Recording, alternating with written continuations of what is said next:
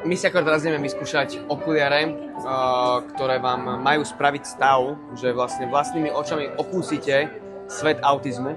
Má to vo vás vyvolať pocit, že vy kvázi máte autizmus, hej? Fú, kámo, keď sa otáčaš, že mi to brní do... Teraz cítim to brenie. A to asi kvôli tej električke, ne? Ne, kámo, ja to cítim, keď sa otáčam proste iba.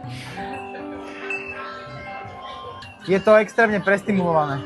Ja som normálne, že zrazu videl zvuk. Ešte keď som dal slúchatka, tak som pochopil, že ja neviem, napríklad keď búchalo dieťa nohu o drevo, tak ten autista, neviem, či tak má byť alebo nie, ale že proste akýby videl tie vlny, ktoré sa na ňom valili.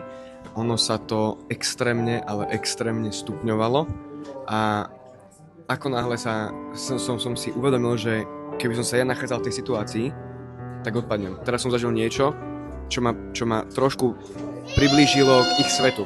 A to je brutál. Akože, aby sa takýto človek sústredil a bol reálne vložený do tohto sveta, tak to je, že veľká odvaha a veľký boj určite, lebo bolo to ťažké.